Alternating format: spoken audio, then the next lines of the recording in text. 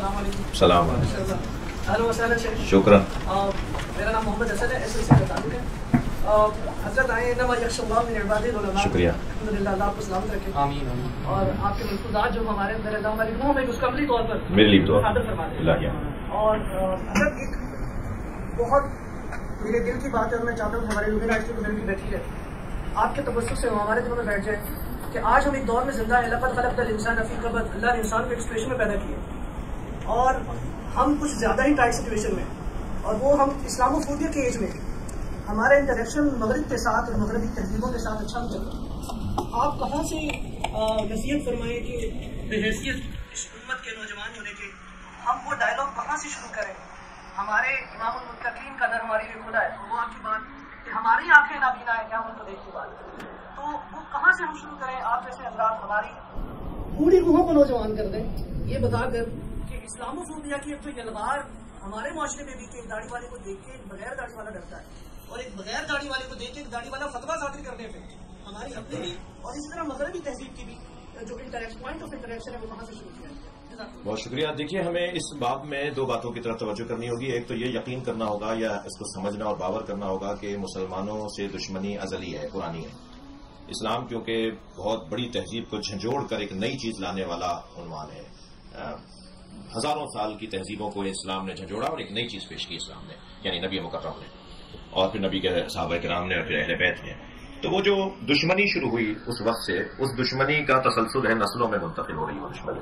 تو مسلمانوں کو خراب کرنے کے لیے, بدنام کرنے کے لیے, مسلمانوں کا چہرہ مست کرنے کے لیے آپ کا دشمن ہم ہمیشہ ہر زمانے میں مستعد رہا ہے. انہوں نے اپنے کارندے, انہوں نے لوگوں کو خریدا. مسلمان خان, میں ایک لفظ کہتا ہوں کہ شناختی کارڈ والے مسلمان جلدی بک جاتے ہیں. وہ جو کردار والے مسلمان ہوتے ہیں وہ پھر بھی کچھ دیر تک قائم رہتے ہیں. وہ جنہوں نے بس پیدا ہوئے ہیں مسلمان, ان میں کہیں کہیں گڑبڑیں آ جاتی ہیں, لیکن سمجھے بغیر. ہاں, پیدا ہوئے مگر سمجھ بھی لیا, تو یہ حسن والا ہے, حسن نور علی نور ہے. تو وہ جو دشمن ہے ہمارا, اس نے ہمارے درمیان سے کچھ لوگوں کو استعمال کیا اور چہرہ بگاڑنے کے لیے مسلمانوں کا. تو پہلے تو دشمنوں کا احساس ہمیں رہنا چاہیے کہ ہمارے دشمن ہیں, وہ ہمیں بدنام کرنا چاہتے ہیں اور ہمارے ہی درمیان سے بعض لوگوں کو استعمال کرتے ہیں. اب وہ جو دوسرا عنوان ہے کہ جو ہمارے درمیان سے لوگوں کو استعمال کرتے ہیں, وہ کام ہمارا ہے کہ ہم استعمال نہ ہونے دیں, ہم خود بھی استعمال نہ ہوں. ہم خود سمجھیں کہ ایک سازش ہو رہی ہے, گڑھا کھودا گیا ہے جس میں ہمیں گرانا چاہتا ہے, ہم سے گڑھا کھدوا کے ہمارے بھائی کو گرانا چاہتا ہے. اس کا حل کیا ہے؟ اس کا سب سے پہلا تو حل یہ ہے کہ ہم بے حیثیت انسان ایک دوسرے کو دیکھیں. مولا علی نے اسی خط کے اندر, جس کا میں نے ذکر کیا, حضرت مالک اشتر سے فرمایا کہ میں جہاں تمہیں گورنر بنا کے بھیج رہا ہوں وہاں تمہارے دو طرح کے بھائی ہیں, یا تمہارے دین میں تمہارے بھائی ہیں یا انسان ہونے میں تمہارے بھائی ہیں. مالک دونوں کے ساتھ ایک جیسا رویہ رکھے. جو تمہارے انسان ہونے میں تمہارے بھائی ہیں ان کے ساتھ بھی تمہارا وہی پیار ہو, جو تمہارے دین میں تمہارے بھائی ہیں ان کے ساتھ بھی وہی پیار ہو. تو ہمیں انسان کی حیثیت سے, مثلا ہمیں ایک ہندو سے نفرت نہیں کرنی چاہیے. ہندو کے سوچ سے اگر نفرت ہے تو ہم اس کے ساتھ بیٹھیں گے, اس کو بات کریں گے, اسے کہیں گے تم جو سوچ رہے ہو وہ صحیح نہیں سوچ رہے ہو.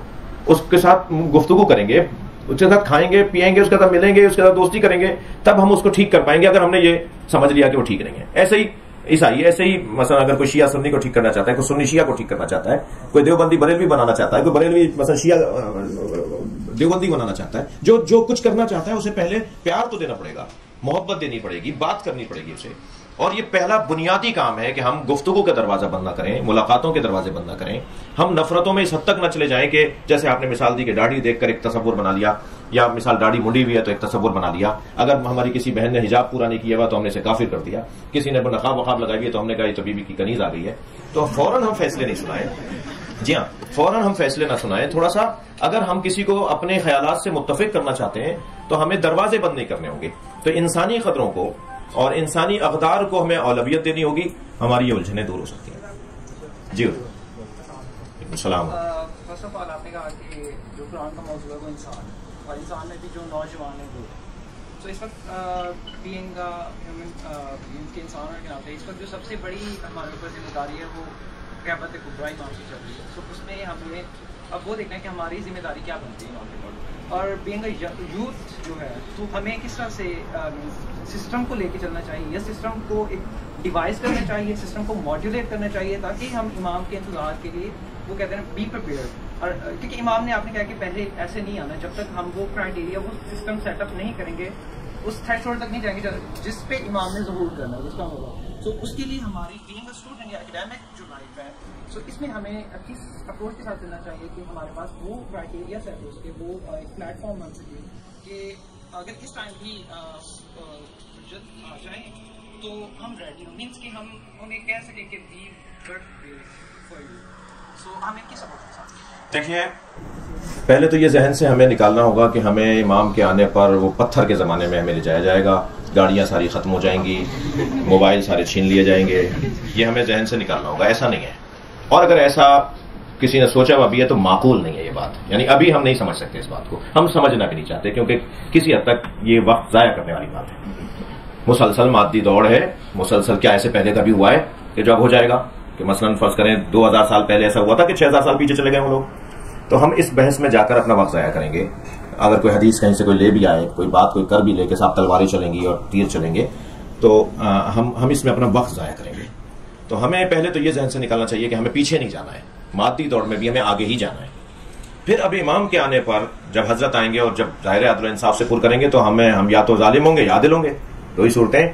اگر ہم ظالم ہوں گے تو تلوار یا ان کا حملہ ہمارے پر ہوگا, اور اگر ہم عادل ہوں گے تو ہم ان کے لشکر میں ہوں گے, یعنی ان کے معاون ہوں گے, ان کے مددگار ہوں گے.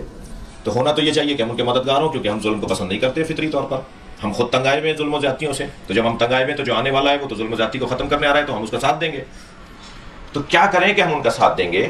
آج کے جوان کو یہ پیغام ہے کہ آج آپ کا کام صرف اور صرف تعلیم کا حاصل کرنا ہے.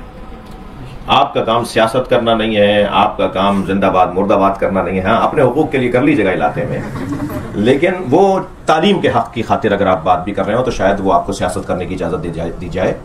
لیکن آپ کا کام, ایک جوان کا کام, امام کی آمد کے لیے تیاری کرنے والے کا سب سے پہلا اولا جو ہدف ہے جوان کا, وہ بہتر تعلیم کا حصول ہے. تعلیمی دوڑ میں جو اس وقت عالمی سطح پہ تعلیمی دوڑ ہے, جو آپ کی اس طرح کی یونیورسٹیوں میں, اس طرح کے تعلیمی اداروں میں, اس دوڑ میں آپ کو دوڑایا جاتا ہے. معیاری تعلیمی ادارے ہیں, اس دوڑ میں ہم شامل ہوں. یعنی ہم نہ صرف تماشائی بن کے اسٹیڈیم میں کسی کرسی پہ بیٹھے ہوئے تالیاں بجا رہے ہوں, بلکہ نہیں, ہم میدان میں کودیں اور ہم بھی ان دوڑنے والوں میں اور ان کھیلنے والوں میں شریک ہوں جو وہاں کھیلنے آئے ہوئے ہیں. تو آج کی ذمہ داری آپ کی یہ بنتی ہے, اس کے علاوہ کوئی ذمہ داری نہیں ہے. جی میرا نام محمد احمد خان ہے, ایس ایس سی سے تعلق ہے. سر, آپ نے 2 اصول جو 4 اصول بیان کیے, اس میں پہلا اصول عقل اور جو چوتھا اصول آپ نے کہا اللہ کے علاوہ. ہم ایک بات دیکھتے ہیں کہ امامت سے لوگ زیادہ تر دور اس وجہ سے ہو رہے ہیں کہ بہت سے علماء تو نہیں کہیں گے, لیکن مکتبہ تشریح میں ایسے لوگ ہیں جو کہ ایسی باتیں کر دیتے ہیں جو کہ امامت کے خلاف ہوتی ہے. کہ اللہ تعالیٰ تو توحید سب سے اوپر ہے, اس کے بعد ہی سب چیزیں ہیں, امامت وغیرہ. تو ہمارے جو ہے علماء تو نہیں کہتے, لیکن ذاکرین سے جس طرح کی باتیں ہمیں سننے کو ملتی ہے, جو کہ زیادہ نصیری مکتبہ فکر میں, جو کہ وہ امامت کو اس طرح بیان کرنا شروع کر دیتے ہیں کہ وہ اللہ تعالیٰ کے درجے تک پہنچا دیتے ہیں, جس سے موسٹلی ہماری جو سنی حضرات, ہمارے جو دوست ہوتے ہیں, وہ ہم سے سوال کرتے ہیں نے تو اللہ تعالیٰ کے مرتبے کو اور امامت کے مرتبے کو دونوں کو ملا دیا ہے, اور اس چیز کو جو ہے کس طرح نلیفائی کریں گے. اور موسٹلی آپ نارملی ہم دیکھتے نہیں ہیں کہ جو کیا کہتے ہیں نصیری حضرات کا ہے, وہ علماء ہمارے ان کی نفی کر رہے ہیں. لائک آپ نے کہا کہ ہمیں پیار سے ڈیل کرنا چاہیے, لیکن اس طرح کے فیکٹرز کو اگر ہم پیار سے ڈیل کریں گے تو ہمیں اور ملیں گے اور ملیں گے, تو ہماری جو ایک پراپر امیج ہے شو کی, وہ اسے اور ڈارک کر دیتے ہیں, ہمیں اور کہہ سکتے ہیں گندا کر دیتے ہیں. تو اس چیز کو ہم کس طرح کریں گے؟ بہت شکریہ. پہلے تو یہ درد آپ کا میرا ہی درد ہے, جو آپ نے درد بیان کیا کہ یہ ہو رہا ہے اور ایسا بولا جاتا ہے اور یہ غلط بولا جاتا ہے. یہ درد ہمارا آپ کا ایک جیسا درد ہے, اور تکلیف دہ بات ہے کہ اگر مولا علی کو معاذ اللہ کے برابر کر دیا جائے, اللہ کے برابر بولا جائے, تو یہ مولا کی کوئی خدمت ہم نہیں کر رہے اور کوئی ہم ایسا کارنامہ نہیں کر رہے, بلکہ خیانت کر رہے ہیں اور مولا سے بے وفائی کر رہے ہیں. تو پہلے تو درد یہ مشترکہ ہے, بالکل صحیح بات ہے. لیکن وہ جو آخر میں آپ نے بات کی نا کہ اگر ان سے ہم ملیں گے, گلیں گے, ان کے ساتھ بیٹھیں گے تو ہم ان جیسے ہو جائیں گے, تو یہ اپنی کمزوری کا اظہار کیا ہے آپ نے. ہمیں کمزور نہیں پڑنا, ہمیں انہیں ٹھیک کرنا ہے, ٹھیک ہے, ان کی اصلاح کرنی ہے. آپ اگر نہیں جائیں گے, مثلا میں ابھی بھی ایک جلسے سے خطاب کر کے آ رہا ہوں جہاں شاید میرے علاوہ سب نہ صحیح پکڑائی نہ ہو جائے میری, لیکن ایک تعداد ایسی ضرور تھی جن کی طرف آپ اشارہ کر رہے تھے. اب اگر کوئی مجھ سے کہے جی آپ کا ایک اشتہار چھپا تھا لاہور میں, آپ خطاب کرنے گئے تھے, وہاں تو سارے ہی ایسے تھے یا زیادہ تر ایسے تھے, اور آپ وہاں کیوں گئے تھے؟ تو بھائی میں جب وہاں گیا ہوں تو جب انہوں نے ان کو سنا ہے تو مجھے بھی سنیں گے نا. جب انہیں سن کے ہمیں سنیں گے تو ظاہر ہے جو بات سالم ہے, صحیح ہے, معقول ہے, عقلی ہے, وہ بات جلدی دل میں اترے گی, ٹھیک ہے. اور اگر ہم یہ کہہ کر اس جلسے میں نہیں جائیں گے, اس اجتماع میں نہیں جائیں گے کہ جہاں مثلا وہ لوگ بھی آئے ہوئے تھے, تو نا آپ نے تو اور میدان خالی چھوڑ دیا, آپ نے ان کو آزاد کر دیا کہ جو چاہو کرو, ہم بھی نہیں آ رہے. تو ہمیں ان کے قریب ہونا ہوگا, ان کو سمجھانا ہوگا, ان کی اصلاح کرنی ہوگی. جی آپ میں پہلے تو ایک کریکشن کرنا چاہتا ہوں جو آپ نے بات کی. سو آپ نے مجھے 12 والی بات کی تھی. جیسے سنی مذہب کے اندر یہ 12 والی بات اس طرح قائم نہیں ہے. سنی مذہب کے اندر اگر کوئی حدیث ملتی ہے خلافت راشدہ سے متعلق تو مسند احمد میں ایک ملتی ہے جس میں کہتے ہیں کہ 30 سال تک قائم رہے گی اور اس میں حضرت علی پہ آگے ختم کر دیا. تو جتنے بھی سنی مذہب کے لوگ ہیں امام احمد سے لے کے ابھی تک ہمارے غامدی صاحب تک وہ سبھی یہی کہتے ہیں کہ نہ تو یزید نہ ہی امیر معاویہ کوئی بھی شامل نہیں تھے خلافت راشدہ میں. تو یہ کریکشن ہوگی. اس کے بعد دوسرا میرا سوال ہے امامت سے ریلیٹڈ. تو اللہ کرے یہ کتابوں میں بھی ہو جائے اصلاح, کیونکہ آپ کی کتابوں میں لکھا ہوا ہے چھٹا یزید کتابوں میں لکھا ہوا ہے. تو نہیں, یا جتنے بھی 12 خلیفاؤں کے نام جس کتاب میں بھی ہیں, وہ سوایت محرقہ ہو, وہ سنن ابن ماجہ ہو, وہ جتنی بھی آپ کی 12 خلیفاؤں کی لسٹ نکالیں گے چھٹا یزید ہے معتبر کتابوں میں. ہاں وہ دوسرا پوائنٹ آپ کا ٹھیک تھا کہ پھر تقسیم کر دی ہمارے عزیزوں نے, ہماری جان ہے اہل سنت. میں یہاں مناظرہ کرنے نہیں آیا. تو اہل سنت کے علماء نے پھر تقسیم کر دی کہ خلفائے راشدین اور خلفائے غیر راشدین. انہوں نے کہا جی خلیفہ تو ہے یزید مگر راشد نہیں ہے. تو حضرت یزید کا چھٹے نمبر پہ معتبر کتابوں میں نام لکھا ہوا ہے. ایک پورا گاؤں شیعہ ہو گیا, ایک سنی عالم کے پاس پورا سنی گاؤں لے گیا کتابیں اٹھا کے کہ ہماری کتابوں میں چھٹا یزید لکھا ہوا ہے, کیا بولتے ہو؟ انہوں نے کہا جی لکھا ہوا ہے. کہنے پھر ہم ایسا ہی مذہب نہیں مانتے جس میں چھٹا یزید ہے. تو کتابوں میں لکھا ہوا ہے. ہاں یہ ہمارے بزرگوں نے کاریگری کی ہے, فنکاری کی ہے, بزرگواری کی ہے, محنت کی ہے کہ تقسیم کیا ہے کہ خلفائے راشدین مثلا 30 سال تک خلافت راشدہ رہے گی. وہ آپ کی بات کو میں مانتا ہوں, مگر پہلی والی بات کو بھی میں چاہوں گا کہ آپ مان لیں میری. وہ یہ کہ 12 خلیفاؤں میں چھٹا یزید کا نام معتبر کتابوں میں لکھا ہوا ہے. اس کو آپ سرچ کیجیے گا. اور آج دنیا مٹھی میں آ گئی ہے, میں دوبارہ آ جاؤں گا یعنی آپ سے ملنے کے لیے. تو وہ جو 30 سال تک خلافت راشدہ رہے گی, پھر اس کے بعد کیا ہوا؟ یعنی اگر آپ خلافت راشدہ اور غیر راشدہ کو جوڑیں گے تو 12 پورے نہیں ہو رہے. میرا مدعا یہ تھا کہ پھر 12 سے زیادہ جانا پڑے گا آپ کو. ادھر آپ فرما رہے ہیں کہ نبی نے فرمایا میرے پاس 12 خلیفہ. پھر آپ جب یہ تقسیم کریں گے کہ 12 میں کچھ راشد, یعنی یہ خلیفہ جو آئے ہیں کچھ راشد ہیں کچھ غیر راشد ہیں, تو 12 نہیں ہو رہے, 52 58 ہو رہے ہیں. پھر ایک جگہ میں نے ایک بزرگ کے پاس گیا, ان کا میں سمجھنا چاہتا ہوں, میں سنی ہونا چاہتا ہوں, مجھے سمجھائیے. تو انہوں نے کہا کہ دیکھیں 4 5 پھر 2 کے بعد 1 پھر 6 کے بعد 2. تو وہ جو 6 کا آپ کے بیچ میں گیپ ڈال رہے ہیں کہ یہ اچھے لوگ نہیں تھے مگر خلیفہ تھے, خلیفہ راشد نہیں تھے مگر خلیفہ تھے. تو بھائی ان 6 لوگوں کے دنوں میں جو لوگ زندگی گزار رہے تھے وہ کیا ہوا ان کا کون تھا پڑا؟ ہمارا ایک موٹا سا سوال ہے. جی آپ. اب اس کے بعد میرا ایک سیاسی سوچ پہ سوال ہے. تو جب آپ امامت کی بات کرتے ہیں کہ امامت جب تک ہم نے دیکھا خاص طور پہ اس ناشی میں اور اسماعیلی میں, خود اسماعیلی, تو ان دونوں میں معاملہ یہ قائم ہوا ہے کہ بعد میں یہ ماروسی بنی اور اپنے اصل میں ماروسی کی کہ باپ کے بعد بیٹا, اس کے بعد ایک اور بیٹا, اس کے بعد ایک اور بیٹا. تو اس سے ایک ماروسیت قائم ہوگی. جب آپ کہتے ہیں کہ آپ سیاسی قیادت کو مذہبی قیادت کے ساتھ ملانا چاہتے ہیں اور اس میں ایک شخص میں اس کو جمع کر دینا چاہتے ہیں, اور پھر اس شخص میں جب یہ سیاسی اور روحانی قیادت اکٹھی ہو جائے گی تو اس میں کیا وہ امبیشن والا ایلیمنٹ آنا, کسی جگہ پہ موسیٰ کاظم اور اسماعیل کا مقابلہ کھڑا ہو جاتا, نژاد کا اور وکیل کا مقابلہ کھڑا ہو جاتا, یہ قائم نہیں ہوگا. اور کیا اس طرح سے وہ کون سی کہ ریولیشن ہمارے پاس آتی رہی ہے, ہمیں پتہ چلے کہ فرسٹ اسٹیپ پہ جیسے طاقت ایک شخص سے دوسرے شخص میں منتقل ہو رہی ہے اور کسی بھی سیاسی عمل کی بہتری اس میں ہوتی ہے کہ وہ پرامن طریقے سے, تو کس طرح سے قائم ہوگا کہ دو بھائیوں میں سے کوئی ایک بھائی واقعی میں وہ شخص ہے جس کے اندر سیاسی قیادت اور روحانی قیادت اکٹھی ہو جائے گی. بہت اچھا ان کا پہلو ہے اور یہ تاریخی حقیقت ہے. شیعوں میں اور جیسے اہل سنت اور مسلمانوں میں فرقے ہیں ایسے شیعوں میں بھی فرقے ہیں, اور یہ ایک تاریخی حقیقت ہے کہ حضرت زید کے بعد جو آپ نے ذکر نہیں کیا, میں آپ کی بات کو اور مضبوط کر رہا ہوں, آپ کی تائید کر رہا ہوں. حضرت زید کے بعد ایک سلسلہ امامت کا شروع ہوا اور حضرت اسماعیل کے بعد ایک سلسلہ امامت کا علیحدہ ہوا, یعنی ایک اسماعیلی, ایک زیدیہ اور ایک مثال کے طور پہ اثنا عشریہ. تو اس طرح سے شیعوں کے فرقے بننا شروع ہوئے. تو یہ بات آپ کی صحیح ہے, مگر اس کا حل کیا ہے جو بقول آپ جیسا سوال کر رہے ہیں؟ تو اس کا حل یہ ہے کہ ہمیں تاریخ میں جانا پڑے گا اور ان شخصیات کے جو قابلیت تھی, جو ان کی جو اہلیت تھی, اس کو پرکھنا اور تحقیق کرنا پڑے گی کہ کس میں کتنی قابلیت تھی, کتنی اہلیت تھی. مثلا یہ کہہ کر میں جان نہیں چھڑا سکوں گا کہ موروثی ہو گئی. اگر وارث قابل بھی ہو تو کیوں نہیں قابل, تو ہم تو قابل کی نیت سے اس کو مان رہے ہیں, وارث کی نیت سے نہیں مان رہے. تو اگر بہت اچھا ہے کہ ایک وارث بھی ہے اور قابل بھی ہے, مگر ہماری نیت میں وارث کی حیثیت سے نہیں کہ بیٹا ہے تو مان رہے ہیں. ہماری نیت میں تو یہ تھا کہ قابل ہے تو بیٹا بھی ہے, یہ اتفاقاً بیٹا بھی ہے. تو اگر ایسا ہو جائے کہ کہیں بیٹا بھی ہو یعنی وارث بھی ہو, موروثی جس کو آپ کہہ رہے ہیں, اور قابل بھی ہو تو بہت اچھی بات ہے. اور اگر نہیں, قابل نہیں ہے اور بیٹا ہے, صرف اس وجہ سے مانا جا رہا ہے کہ جی بیٹا ہے مگر قابل نہیں ہے, تو آپ کی بات صحیح ہوگی کہ یہ ناانصافی ہوگی. جی اس میں جو قابلیت کا پیمانہ ہے وہ اگر ہم امامت کے نظریے سے دیکھا جائے تو وہ پھر اللہ میاں ڈیسائڈ کر رہے ہیں کہ کون اس کا قابل ہے، نہ کہ ہم لوگ، کیونکہ نہ ہم نبی چن رہے ہیں نہ ہم مولا علی کو مولا کا خطاب دے رہے ہیں۔ تو جب آج کی جب ہم ایسی بات کرتے ہیں کہ انڈیویجول لیول پہ جیسے آپ نے 4 اصول پیش کیے کہ وہ اپنی جگہ سالم ہے، مگر اگر کوئی وسیلہ ہر زمانے میں رکھا گیا تو وہ پھر شاید ان اصولوں کو ریلیونٹ رکھنے کے لیے ہمیں سمجھانے کے لیے رکھا گیا۔ تو اگر آج امام غیبت میں ہے تو صرف اس بات سے کہہ کے کہ وہ نزول ہوگا تو وہ ایکسرسائز یہ چیزیں کریں گے، صرف اس پہ تو انسان نہیں کیا جاتا۔ آج بھی امام کی کوئی ریلیونس ہوگی تو اس لیے وہ آج کے دور میں موجود ہے، تو وہ جو ریلیونس ہونے طرح سے نہیں چاہیے جو اس وجہ کی بات کرتے ہیں۔ دیکھیے اچھی بات ہے، کل ہی شاید ہمیں زیادہ غور کرنا ہوگا جس کی طرف ابھی میرے عزیز نے بات کی کہ آپ جب جو چیز چاہتے ہیں اس کے لیے تیاری بھی تو کرتے ہیں نا۔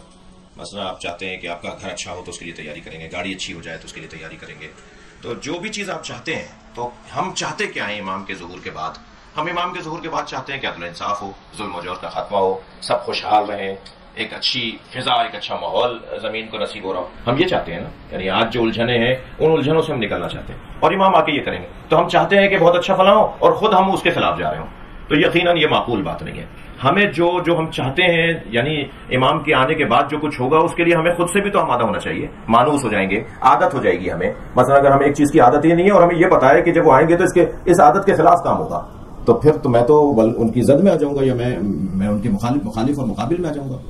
تو ہمیں اس دور میں ہر وہ کام کرنا ہوگا جو مولا امام مہدی کی کریں گے، یا ان کے جد مولا علی نے کیا، یا ان کے اور بڑے جد یعنی نبی مکرم نے کیا، یا ان کے جد مثلا امام حسین نے کیا، جو کام اس سسٹم کے لوگوں نے کیا کہ ظلم برداشت نہیں کرتے تھے، کسی پہ ظلم بھی نہیں کرتے تھے، مثلا عقل سے ہٹ کر بات نہیں کرتے تھے۔ مثلا ان 4 اصولوں کو اگر ہم لیں، یا اس کے علاوہ جو اصول قرآنی اور حدیث کے اندر آئے، تو وہ سارے کام ہمیں کم سے کم ذائقہ چکھنے کی حد تک ہی صحیح ہمیں ان کاموں کو کرنا پڑے گا، تاکہ جب وہ آئیں تو ہمارے لیے اجنبی سے نہ ہو، ایک نئی سی بات ہمارے لیے نہ ہو۔ جی آپ السلام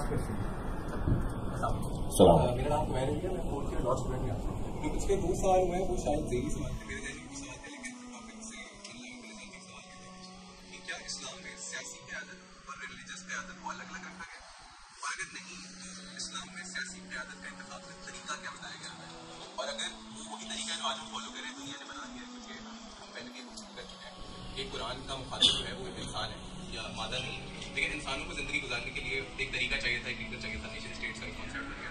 تو کیا یہ جو جمہوریت کا طریقہ ہے یہی اسلام کا طریقہ ہے، اور اگر نہیں تو اسلام میں پھر طریقہ کیا ہوگا اپنے لیڈر کو اپنی قیادت منتخب کرنے کا؟ کیا یہ ریلیجس قیادت اور سیاسی قیادت ایک ہی ہوگی یا الگ الگ ہوگی؟ ہمارے اہل سنت برادران کا کہنا یہ ہے کہ مذہبی قیادت اور سیاسی قیادت علیحدہ ہے، جس ایک طبقے کو 100% نہیں، ایک طبقہ ہمارے بھائیوں کا یہ کہتا ہے، اور جس پہ دلیل یہ دیتا ہے کہ پہلے 3 دور جو حضرت ابوبکر، حضرت عمر، حضرت عثمان، جو بہت بڑا ایک تاریخی اسلام کا باب ہے، اس میں حضرت علی علیہ السلام کا جو وجود تھا وہ ایک مذہبی قیادت تھی، لہٰذا وہ ان سے مشورہ کرتے تھے، ان کے بغیر ان کی حکومتوں میں بہتری نہیں تھی، اور جب وہ ہوتے تھے تو بہتری آ جاتی تھی۔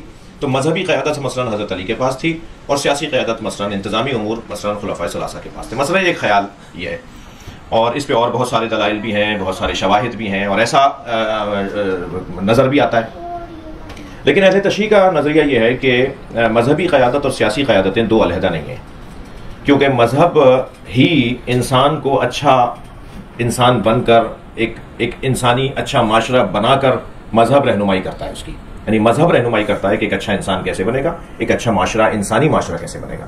تو جب مذہب ہی اس کی رہنمائی کرتا ہے جو قرآن ہے، مذہب ہی اس کی رہنمائی کرتا ہے جو حدیث ہے، تو پھر جو مذہبی قیادت ہے وہی سیاسی قیادت ہوگی۔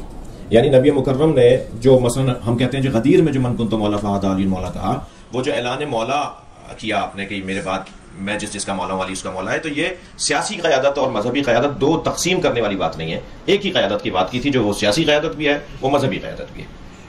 ہمارے بھائیوں کا اس سے ہٹ کر سوچ ہے، اور وہ اس سے ہٹ کر سوچ رہے ہوتے ہیں۔ تو میرا جواب یہ ہوگا کہ سیاسی اور مذہبی 2 قیادتیں نہیں ہیں، قیادت ہے، وہ ہماری رہنمائی کرے گی مذہب کی روشنی میں سماجی اور معاشرتی مسائل میں۔ اب آ جائیے اس بات پر کہ آپ نے اشارتاً ایک لفظ کہا کہ جو آج نظام سیاست رائج ہے، کیا یہی اسلامی نظام سیاست ہے؟ اسلام نے جمہوریت کو پسند کیا ہے، اور جس کی ایک موٹی دلیل قرآن کی ایک آیت ہے، وَشَاوِرْهُمْ فِي الْأَمْرِ، نبی مکرم سے فرمایا گیا کہ آپ اپنے لوگوں سے مشورہ کریں۔ مشورہ جمہوریت ہے، رائے لیں اکثریت کی رائے پر، اور البتہ پہلے جس پر رائے لی جا رہی ہے اس کے صحیح اور غلط ہونے کا پہلے فیصلہ ہو جانا چاہیے، یہ نہیں کہ سب مل کر یہ طے کریں کہ شراب پینا کل سے ٹھیک ہے، رائے دو۔ نہیں، کیونکہ شراب عقل کو ضائع کر دیتی ہے، شراب انسان کو بیمار کر دیتی ہے، شراب انسان کی معاشرے کے اندر فساد پھیلاتی ہے، لہذا شراب کے رائج ہونے نہ ہونے پر رائے نہیں لی جائے گی. ٹھیک ہے، تو جس چیز کو پہلے آپ نے طے کر لیا ہو کہ یہ چیز ٹھیک ہے عقلی طور پر، اب اس میں رائے لے لیجئے، اور جو اکثریت کی رائے ہو تو اس کا احترام کیا جائے. تو اسلام جمہوریت کو پسند کرتا ہے، مگر وہ کہ جو عقل کے خلاف نہ ہو، وہ جو مثال کے طور پہ انسان کی فطریات کے خلاف نہ ہو. تو جمہوریت اسلام میں ہے، مگر کیا یہ جمہوریت جو ہمارے یہاں رائج ہے یا جس انداز سے ہمارے ہاں انتخاب ہوتا ہے یہ اسلامی تعلیمات کے مطابق ہے؟ تو یقیناً ایسا نہیں ہے. جی ایک ذیلی سوال ہے بس میرا سوال یہ ہے کہ پھر وہ جو صحیح غلط کا فیصلہ ہے وہ بذریعہ وہی ہو جایا کرتا تھا جب پیغمبر ہوتے تھے. اس کے بعد وہ جو ایک دور آیا وہ اس کے اندر وہ فیصلہ کیا نہیں ہوا، یا اگر ہوا یا اس کے بعد بھی اگر وہ فیصلہ ہونا ہے تو وہ صحیح غلط کا فیصلہ کون کرے گا اس ووٹنگ سے پہلے؟ میرے خیال سے آپ کا اندر کا ضمیر بتا رہا ہے کہ صحیح اور غلط کا فیصلہ کیا ہے. ہمیں تھوڑا سا ہم غور کرنے پر، کیوں ہم سب گندم کھاتے ہیں روٹی کھاتے ہیں، ہمیں اس بات کی تو سمجھ ہے کہ فلاں کلاس میں جائیں گے کیونکہ ٹیچر زیادہ اچھا ہے، فلاں کورس لیں گے تو اس کا کل فائدہ اتنا اچھا ہے، لیکن ہمیں یہ کیوں نہیں پتا کہ ہم کس کو اپنا امام مانیں گے تو کتنا فائدہ ہوگا. تو ہمیں جب ہمیں ہر کام میں سمجھ ہے تو اس کام میں سمجھ کیوں نہیں ہے؟ سمجھ ہے ہمیں، ہم کچھ مصلحتوں کا شکار ہیں، کچھ معاشرتی الجھنوں سے بچنا چاہتے ہیں. آپ فرما رہے تھے. السلام علیکم. آپ نے کہا کہ اپنے دوستوں سے بھائیوں سے بات کریں اس چیز کے اوپر، تو فتنہ نہ کریں اس چیز کو. تو میں نے اس چیز کو ٹرائی کیا اپنی زندگی میں. سنی اینڈ یہ ہوتا ہے کہ وہ ایک آئے کا استعمال کرتے ہیں لائق رہا سے اس میں اگر اس کے اوپر آپ میں اس میں یہ کہوں گا کہ آپ کی یہ یونیورسٹی لمس ہے نا، میں چاہ رہا تھا تھوڑا سا آپ کچھ آواز تو نکالیں. کچھ ہماری مجلسوں میں نعرہ لگتا ہے تو ہم سمجھتے ہیں لوگ جاگ رہے ہیں، تو یہاں تو وہ والا ماحول نہیں ہے. وہ جو صاحب فرماتے ہیں آپ سے کہ لائق رافتین، آپ کو لمس میں یہ داخلہ لینے پہ لائق رافتین 10 اور یونیورسٹیاں مان لیجیے، لیکن جب آپ داخلہ لے لیں گے تو فلاں کلاس میں بیٹھنا ہوگا، فلاں ہی ٹیچر سے پڑھنا ہوگا، فلاں ہی نصاب آپ کو پڑھنا ہوگا، پھر اکراہ دین ہے، پھر یونیورسٹی میں اکراہ ہے، زبردستی ہے، نہیں کرو گے نکال دیے جاؤ گے.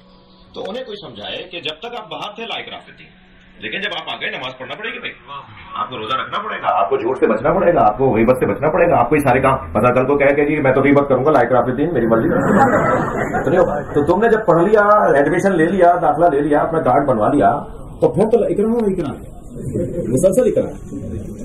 یہ بچے نہیں پوچھ رہے کچھ نہیں جانا. جی جی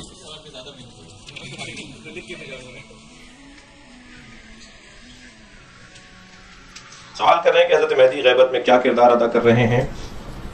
وہ ہمارا انتظار کر رہے ہیں. شاعر کہتا ہے کہ ہم ان کی دید کے طالب، وہ حکم خالق کے، مزہ ہے دونوں طرف انتظار ہوتا ہے. ہم انتظار کر رہے ہیں کہ وہ آ جائیں، وہ انتظار کر رہے ہیں ہم ٹھیک ہو جائیں. تو اس بیچ میں جب اللہ کا حتمی فیصلہ آئے گا نا تو پھر ایک دن اتنا لمبا ہو جائے گا کہ پھر اللہ سارا ماحول بنا دے گا، تو پھر وہ اس کا ڈنڈا چلے گا. ابھی وہ نہیں چاہ رہا ڈنڈا چلانا، معاف کیجیے گا، وہ ابھی اللہ ڈنڈے کے بنیاد پہ نہیں چاہ رہا ہے کام، مگر وہ کر سکتا ہے ایسا. تو اگر ہم نے خود سے بلا لیا، خود سے تیاری کر لی، اپنے آپ کو تیار کر لیا تو شاید کل آ جائیں، اس جمعے کو آ جائیں. لیکن اگر ہم تیار نہیں ہوئے تو پھر ہونا تو ہے یہ. تو اس وقت وہ ہمارا انتظار کر رہے ہیں، ہمیں اچھا دیکھنا چاہتے ہیں. ان کے زور کے بعد ان کی پہچان کیسے کی جائے گی؟ سارا معاشرہ دل اور جان سے مان لے گا کہ یہی امام مہدی ہیں، اختلاف نہیں ہوگا ان کے پاس. اس طرح سے ہم پہچان لیں گے. کیا ان کے چناؤ کسی میرٹ کی بنیاد پہ کیا جائے گا، کن صفات کی بنیاد پہ انہیں اس مرتبے پر فائز کیا جائے گا؟ نہیں، ان کا چناؤ ہو چکا ہے. سب تسلیم کریں گے اور سب دل سے تسلیم کریں گے، حتیٰ غیر مسلم. حضرت عیسیٰ جب ان کے پیچھے نماز پڑھیں گے تو پھر سارے مسیحی ان کے پیچھے آ جائیں گے، اور پھر سب ہندو، یہودی، عیسائی، سنی، شیعہ تو خیر عزیز ہیں، بھائی ہیں، جان ہیں، لیکن ہندو، غیر مسلم، مسلمان سب ایک ہو جائیں گے. میرا نام گلزہرا ہے اور میں لا اسٹوڈنٹ ہوں. میرا سوال یہ ہے کہ آپ نے شروع میں کہا کہ اوور دا جنریشنز جو مٹیریل چیزیں ہیں، گھر، کھانے کی چیزیں بدل جاتی ہیں، بٹ انسان دی ہیومن کنڈیشن نہیں بدلتی. پھر وہ تو بدل رہی ہے، مطلب ہمارا اٹینشن اسپین کم ہو جاتا ہے. ہم لوگ وی وڈ پریفر کہ ہم لوگ چاروں کو پڑھ لیں بٹ سورہ بقرہ نہ پڑھیں. ہم حدیثے کے ساتھ پڑھیں گے، ہم دعائے کو میل نہیں پڑھنا چاہیں گے. ہمارے اس طرح کے مینٹل، جیسے فار ایگزامپل پرانے زمانے میں مشکلات فزیکل ہوتی تھیں، درد ہوتی ہے، یہ ہوتی ہے. ہمارے آج کل مینٹل ایشوز زیادہ ہوتے ہیں. تو دی ہیومن کنڈیشن بدل تو رہی ہے. مجھے اس چیز سے تھوڑا سا آپ کی بات سے اعتراض کہہ لے ہیں کہ آئی فیل کہ یہ ایشوز تو ہوتے ہیں. کسی حد تک آپ کی بات اس انداز سے صحیح ہے کہ مثلا جو جھوٹ کی قباحت آپ سے ہمارے دادا کو تھی نا، وہ ہمیں نہیں ہے. مثلا ہمارے دادا جھوٹ پہ جتنا چڑھتے تھے اتنا ہم نہیں چڑھ رہے. مثلا ہمارے فرض کریں والدہ نیاز نظر کے مسائل میں جتنا اہتمام اور انتظام کرتی تھیں وہ اب ہم نہیں کر رہے. آپ کی مراد یہ ہے، ٹھیک ہے.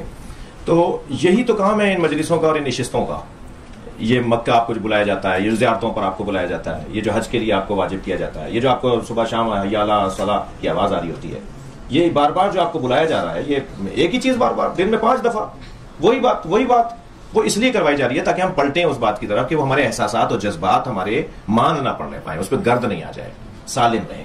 تو اس جو انسانی جذبات ہیں، انسانی احساسات ہیں، انہیں تازہ اور سالم رکھنے کے لیے پھر اللہ نے یہ نظام بنایا ہے کہ جس کے ذریعے سے ہم دوبارہ پلٹ آئیں اسی کیفیت کے اندر جو ہزاروں سال سے ہے، جو انسانی خطروں کا جس سے تعلق ہے. ٹھیک ہے جی. السلام. سر آپ نے 4 اصول بتائے اسلام کے، اس میں سے ایک اصول یہ بتایا کہ اسلام نہ کسی کو نقصان پہنچاتا ہے نہ کسی کو خود کو نقصان پہنچانے دیتا ہے. لیکن جس طرح سے اسلام اسپریڈ ہو رہا ہے، پوری دنیا میں پھیل رہا ہے، اور اسلام میں آنا سب سے زیادہ آسان ہے، صرف کلمہ پڑھو اسلام میں آ جاؤ. تو اس سے دوسرے جو مذاہب ہیں ان کو تھریٹ ہے، وہ کہہ رہے ہیں کہ آپ ہمارے بندے توڑ رہے ہو. تو یہ کیسے تو اس طرح سے مطلب آپ اس بات کو کس طرح سے بھی جسٹیفائی کریں گے کہ ہم تو خود ہی اپنے دشمن بنا رہے ہیں، اور وہ خود ہی ہمارے دشمن اس وجہ سے بن رہے ہیں کیونکہ اگر ہم عیسائیت دیکھیں یا کوئی اور مذہب دیکھیں تو اس میں جانا آسان نہیں ہے. اسلام میں آنا سب سے زیادہ آسان ہے. ہندو سے مسلمان بننا آسان ہے، مسلمان سے ہندو بننا آسان نہیں ہے. تو ہم اس طرح سے جب ہم ان کے لوگوں کو اپنی طرف کریں گے تو دشمنی کریں گے، بالکل دشمنی کریں گے، تو پھر ہم اس کو کس طرح سے جسٹیفائی کریں گے؟ اب پہلے تو یہ طے کریں کہ ہمیں اپنے آپ کو سمجھانا ہے یا انہیں سمجھانا ہے. اگر ہمیں اپنے آپ کو سمجھانا ہے، ہاں آپ کا سوال بہت اچھا ہے، ہمیں اگر اپنے آپ کو سمجھانا ہے کہ ہم دشمنی بڑھا رہے ہیں تو یہ تو فرض کرو کہ تمہیں ایک وقت کی روٹی نہیں ملی اور میں روٹی کھا رہا ہوں، تم بتاؤ تم میری روٹی کھا رہے ہو، تو ہر شخص اپنی روٹی کھا رہا ہے، ہر شخص کا رزق اپنا ہے، ہر شخص کو اللہ نے بااختیار بنایا ہے، ہر شخص کو اللہ نے صحیح اور غلط کو انتخاب کرنے کا حق دیا ہے. ٹھیک ہے، یہ کوئی پارٹی نہیں ہے کہ وہ پیپلز پارٹی اور وہ نون لیگ ہے کہ وہاں سے بندے آپ نے توڑ کے یہاں کر لیے. یہ تو انسان کے عقائد اور جذبات اور احساسات کا تعلق ہے. ایک آدمی کو یہ چیز اچھی لگ رہی تھی کہ میں اس اسکول میں داخلہ لوں، اب وہ کہہ رہا جی میں اس کو چھوڑ کے اس اسکول میں داخلہ لینا چاہتا ہوں، پڑھائی وہاں بھی ہو رہی ہے، پڑھائی یہاں بھی ہو رہی ہے. ٹھیک ہے، اس کو یہ زیادہ اچھا لگ رہا ہے، یہ بہتر لگ رہا ہے اس کو. تو ابھی وہ جو جس اسکول سے نکل کے وہ بچہ آیا وہ کہہ جی میرے اسکول کے بچے نکال کے لے جا رہے ہوتا، یہ تو غیر معقول سی بات ہے. یعنی اس کو ہمیں سمجھانا ہوگا، اس کو مسیحی کو، اس ہندو کو، اس یہودی کو کہ جہاں سے ٹوٹ کر بقول آپ کے وہ ٹوٹ کر یہاں آیا ہے، ان کا بندہ توڑا ہے، تو اسے سمجھانا ہوگا کہ یہ توڑا نہیں گیا ہے، اس کا اختیار ہے. اور یہاں ہے وہ لا اکراہ فی الدین والی بات کہ کسی کو جبر اور زبردستی نہیں ہے، کوئی یہاں نہیں رہنا چاہتا وہاں رہنا چاہتا ہے. اپنے آپ کو یہ سمجھانا ہوگا کہ ہم جب وہاں سے کسی بندے کو لے رہے ہیں تو اس بات کا خیال رہے کہ ہم انہیں حقیر اور ذلیل سمجھ کے نہیں بات کریں. مثلا اس وقت میری مجلسوں میں ایک بڑی تعداد شیعہ ہونے کی خواہش کرتی ہے، سنی آتے ہیں کہتے ہیں ہم شیعہ ہونا چاہتے، تو میں اتنے سوالات کی بھرمار کر دیتا ہوں، میں کہتا ہوں مجھے بھرتی نہیں کرنی بھائی، تم سچ سچ بتاؤ کیوں آئے ہو، کوئی مسئلہ وسلہ تو نہیں ہے. تو وہ جب میں ان سے مشکل سوالات کرتا ہوں تو سارا کھل کے سامنے آ جاتا ہے کہ مسئلہ کیا ہے. تو میں بہت خوش نہیں ہوتا جب کوئی شیعہ ہو رہا ہوتا ہے، یعنی اس معنی میں خوش نہیں ہو رہا تھا کہ پہلے اسے سمجھتا ہوں کہ بھائی کیوں شیعہ ہو رہے ہو، وہاں کیا پریشانی تھی جو یہاں آ رہے ہو، اور یہاں تمہیں کیا نظر آ رہا ہے جو آ رہے ہو. تو اگر واقعی اس کو سب باتیں سمجھ میں آ گئی ہیں تو اسے اختیار ہے بھائی، وہ آنا چاہتا ہے، وہی فلاں چیز پریکٹس ہے یہ اصل میں کہ سنی پریکٹس یہ ہے، شیعہ پریکٹس یہ ہے، عیسائیوں کے ایسے ہے، ہندوؤں کے ایسے، ایک عملی ایک کیفیت ہے. وہ اس کہتا ہے یہ زیادہ اچھا لگ رہا ہے مجھے، تو اسے اختیار ہے. جی السلام.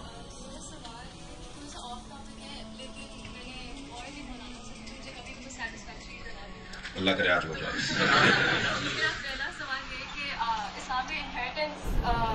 لڑکی کی 2/3 ہے اور لڑکی کی 1/3 ہے، تو اس کا جو مجھے پہلے یہی بات سمجھ نہیں آتی تھی، لیکن اس کا جو مجھے جواب ملا تھا وہ یہ تھا کہ ایک لڑکا ایک پوری فیملی کو سپورٹ کر رہا ہوتا ہے، لڑکی کا اپنا شوہر ہوتا ہے جو اس کی سپورٹ کرے گا.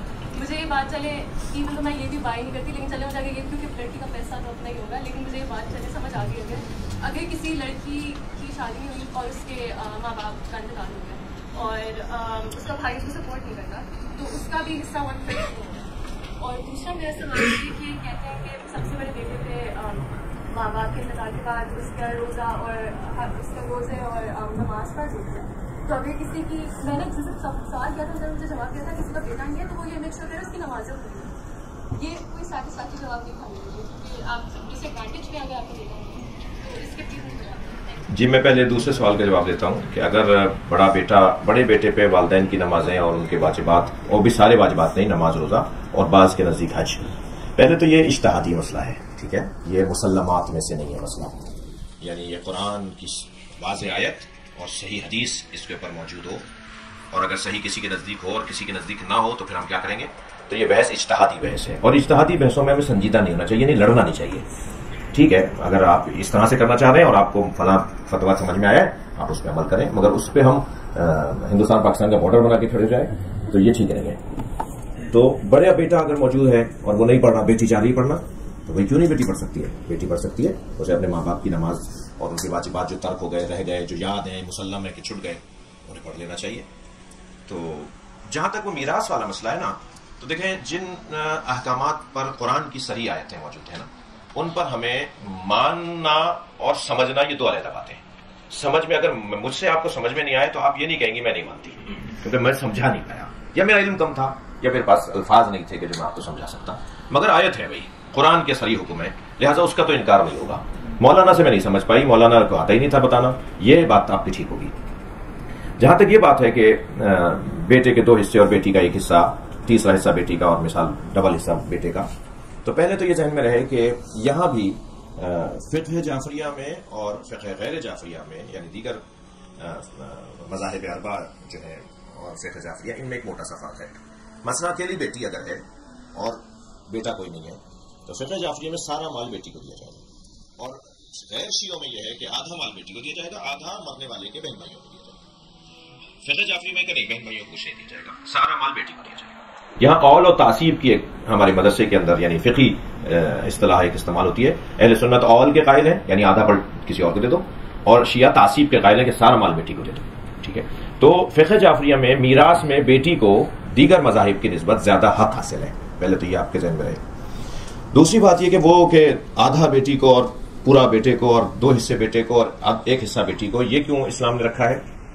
اور آپ کو مثلا ایک ہی علت بیان کی گئی کہ کیونکہ وہ اس کی شادی ہو جائے گی تو شوہر اس کو سنبھالے گا، تو اس کو تو کھلانے اور اس کو سنبھالنے اور اس کے گھر کے خرچہ دینے کے لیے تو اس کا شوہر موجود ہے، اس لیے آدھا ادھر سے آدھا کر لیا، اور اسے تو اس کسی اور کو بھی کھلانا پڑے گا تو بیٹے کو زیادہ دے دیا۔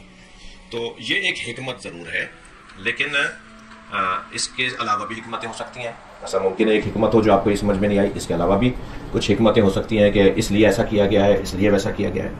تو بیٹیوں کے ہاتھ میں تھوڑا سا جگر تھام کے بیٹیاں سنیں، بیٹیوں کے ہاتھ میں، لڑکیوں کے ہاتھ میں اسلام نے کچھ چیزیں زیادہ رکھی ہیں اور کچھ چیزیں نہیں دی ان کو۔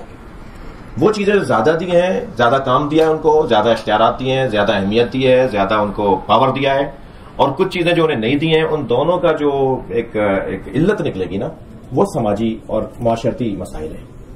مثلا آپ نے کبھی غور کیا کہ یہ لڑکیاں زیادہ خدا مثلا یہ زیادہ جلدی روتی کیوں ہیں؟ آپ لوگ جلدی احساساتی کیوں ہو جاتی ہیں، زیادہ جذباتی کیوں ہو جاتی ہیں؟ بھائی بات ہو رہی تھی رو کیوں پڑی؟ یہ بات ہو رہی تھی تم لڑتی رہی ہو، یہ کیوں ہے آپ کے یہاں زیادہ؟ یہ اللہ نے آپ کی فطرت میں رکھا ہے۔ آپ کی فطرت میں جذباتیت، آپ کی فطرت کے اندر جس کو کہہ لیں کہ جلدی غصہ اور جلدی پیار، یہ آپ کے یہاں اور لڑکوں سے زیادہ ہے۔ کیوں؟ اس لیے کہ تربیت کا نظام آپ کے ہاتھ میں دیا، اور جس کے ہاتھ میں اللہ تربیت کا نظام دے گا اس کے دل کو نرم بنائے گا، جلدی مڑنے والا بنائے گا، وہ جلدی مڑ جاتا ہے۔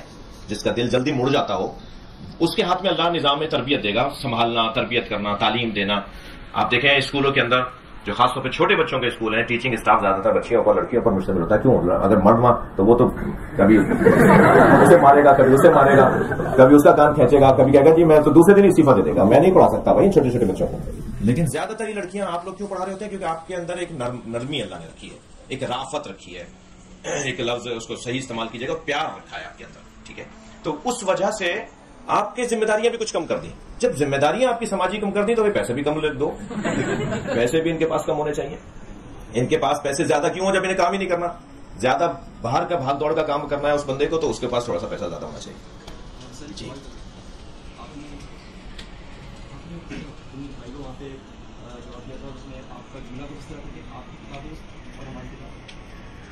میرا اس پہ جو پوائنٹ ہے وہ یہ کہ کتاب تو ہماری ایک ہے، جن کتابوں پہ ہم مسئلہ ڈال رہے ہیں وہ محض تاریخی کتابیں ہیں، ہسٹوریکل بکس، رائٹ؟ تو وہ تو اتنی زیادہ یوز کرتے ہیں اس پہ ہم بڑھتے چلے جائیں۔ ہم اس کانسیپٹ میں کہتے ہیں کہ ہماری کتاب ایک ہے۔ یہ نعرہ ضرور ہے، اچھا نعرہ ہے کہ ہماری کتاب ایک ہے، مگر اس حقیقت کو کیسے سمجھیں گے؟ مثلا میں آپ کو بھی 2 آیتیں پڑھ کے سناؤں، اس کی تشریح کیجیے۔ جب تک آپ حدیث نہیں پڑھیں گے اس کی تشریح نہیں کر پائیں گے۔ اس کتاب کی جسے آپ کہہ رہے ہیں ہماری ایک ہے قرآن، اور لا ریب کہ ہماری وہ ایک کتاب ہے، لیکن یہ نعرہ زیادہ ہے، بغیر حدیث کے تو آپ اسے سمجھ نہیں پائیں گے، اور حدیث کی کتابوں کی طرف ہم اشارہ کر رہے ہیں۔ مثلا ایک آیت کو سمجھنے کے لیے مثلا حضرت ابو ہریرہ نے ایک نبی کی حدیث سنائی، اور اسی آیت کو سمجھنے کے لیے مثلاً مولا علی نے ایک اور حدیث سنائی. تو یہ جو دو حدیثیں ہو گئی، مثلاً میں کہتا ہوں میں تو مولا علی کی حدیث لوں گا، آپ فلاں کہتا ہے کہ میں تو حضرت ابو ہریرہ کی حدیث لوں گا، یا میں دونوں لوں گا، تو کتابیں تو ہو گئی نا، اس کا کیسے انکار کریں گے آپ؟ مسئلہ یہاں پہ کتاب کو کس طرح سمجھیں، ہمارا میتھڈ کیا ہونا چاہیے، اس میں بات کریں. بہت مشکل ہے. آپ پہلے عربی کو بہت بڑے امتحان ہو جائیں، فلسفہ پوری طرح پڑھ لیں، یونیورسٹی کے اندر علم ادب، علم عربی، علم نحو صرف پڑھ لیں، پھر شاید آپ کسی منزل پر آپ آ کے کہیں کہ مجھے قرآن کافی ہے. لیکن جب تک وہ آپ کی بنیادیں مضبوط نہیں ہوں گی، یہ دعویٰ، یہ نعرہ ضرور ہے مگر اس پہ عمل نہیں ہو پائے. میرا سوال ہے کہ آج کل ہم مغربیت یا مغرب پرستی اور جدیدیت کو ایک سمجھتے ہیں.